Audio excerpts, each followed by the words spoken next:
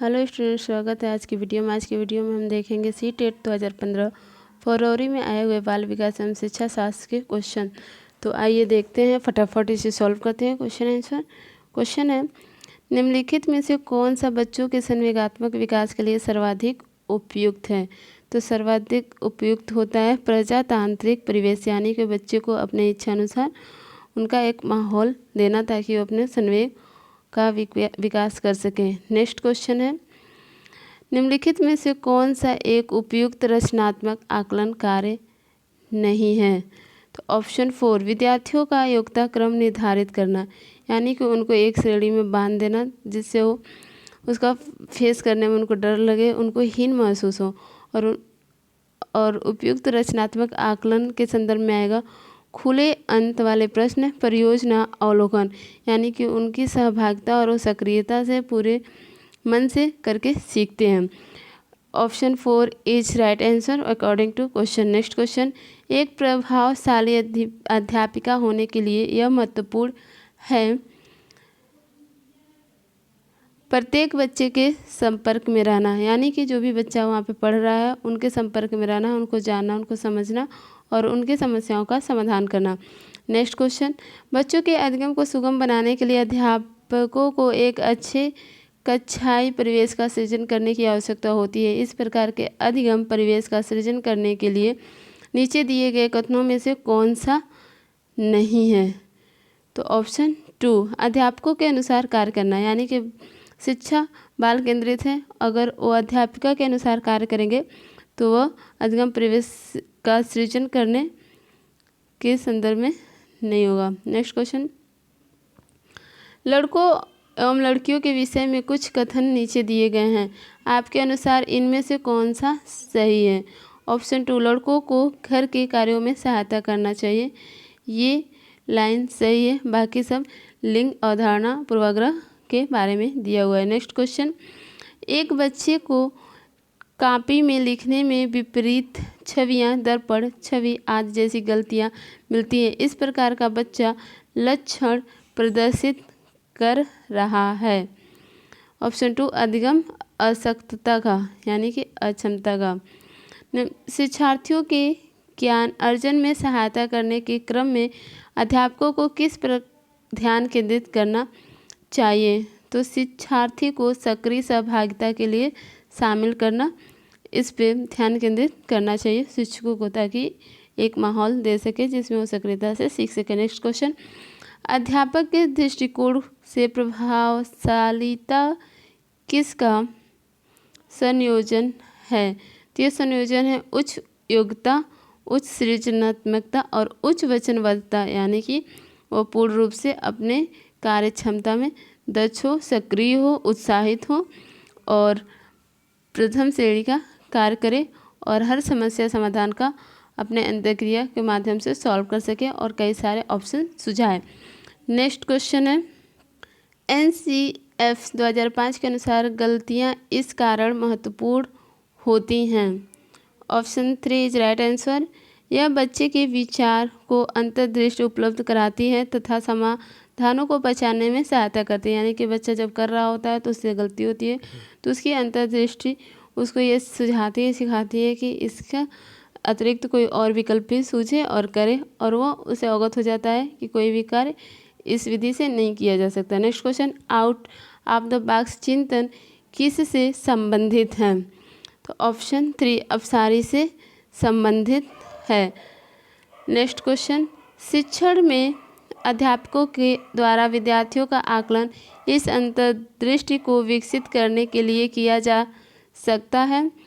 Option 3 is right answer, शिक्षार्थियों की आवश्यकता के अनुसार शिक्षण उपागम में परिवर्तन करके।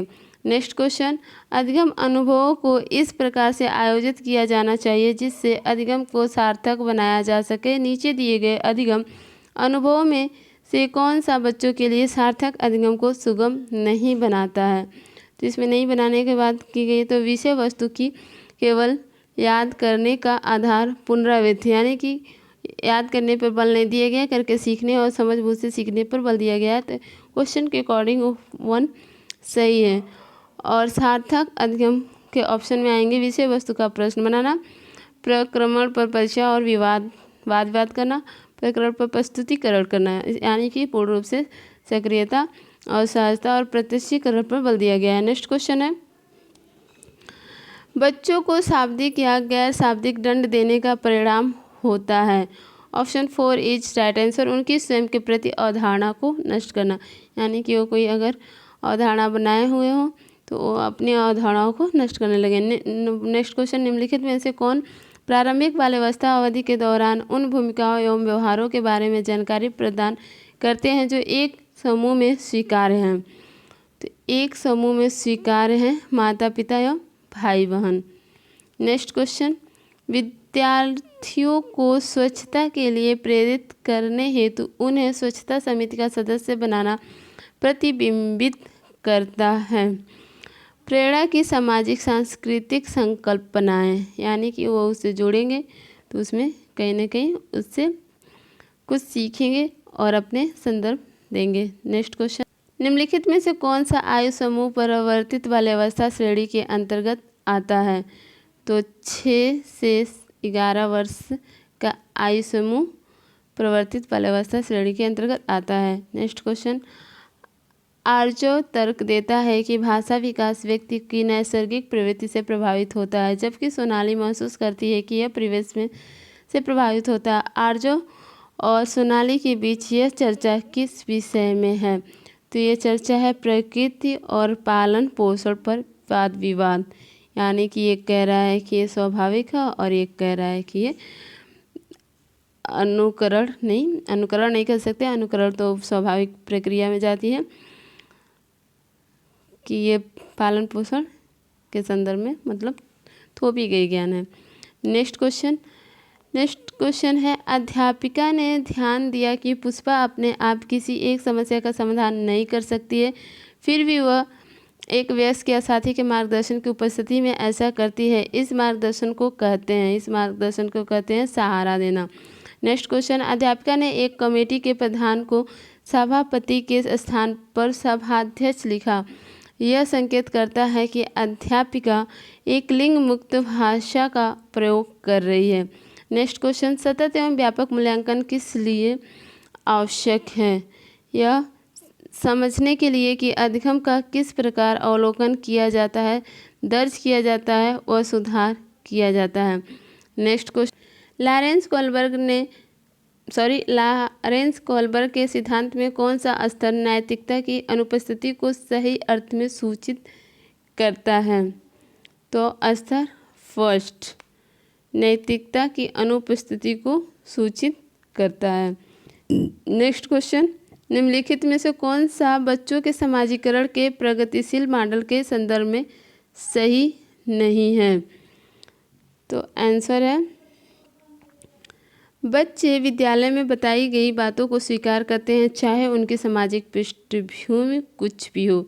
ये प्रगतिशील मॉडल के संदर्भ में सही नहीं है। नेक्स्ट क्वेश्चन, अधिगम में आकलन किस लिए आवश्यक होता है। अधिगम में आकलन इसलिए आवश्यक होता है प्रेरणा के लिए, क्योंकि आकलन करेंगे तो उससे वो आगे की क्रिया के लिए प्रेरित होंगे।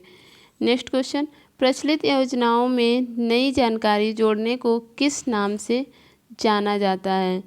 तो आत्मसात्करण के, एक बार और देखेंगे, आत्मसात्करण के नाम से जोड़ा जाता है। नेक्स्ट क्वेश्चन, हम सभी अपनी बुद्धि, प्रेरणा, अभिरुचि आदि के संदर्भ में भिन्न होते हैं। यह सिद्धांत संबंधित है व्यक्तिगत विभिन्नता के संदर्भ में। नेक्स्ट क्वेश्चन, वंचित समूहों के विद्यार्थियों को सामान्य विद्यार्थियों के साथ साथ पढ़ना चाहिए। इसका अभिप्राय है समावेशी शिक्षा। नेक्स्ट क्वेश्चन, कोई भी नाराज हो सकता है, यह आसान है, परंतु एक सही व्यक्ति के ऊपर सही मात्रा में, सही समय पर, सही उद्देश्य के लिए तथा सही तरीके से नाराज होना आसान नहीं है। यह संबंधित है संवेगात्मक विकास से। नेक्स्ट क्वेश्चन, विकृत लिखावट से संबंधित लिखने की योग्यता में कमी किसका एक लक्षण है। तो ये लक्षण है डिस्ग्राफिया। नेक्स्ट क्वेश्चन, पियाजे के सिद्धांत के अनुसार निम्नलिखित में से कौन सा व्यक्ति के संज्ञानात्मक विकास को प्रभावित नहीं करेगा? तो सामाजिक अनुभव नहीं करेगा, क्योंकि वो प्रत्यक्ष ज्ञान होता है और वह उससे रचा बसा होता है। नेक्स्ट क्वेश्चन, इनमें से कौन सा त्रितंत्री सिद्धांत में व्यवहारिक बुद्धि का अभिप्राय नहीं है? केवल अपने विषय में व्यवहारिक रूप से विचार करना एक व्यवहारिक बुद्धि का अभिप्राय नहीं है। स्टूडेंट, अगर हमारी ये वीडियो आपको अच्छी लगी हो तो लाइक करें, सब्सक्राइब करें, शेयर करें और कोई सुझाव देना चाहते हैं, कोई बात करनी हो तो कमेंट करें। Thank you class.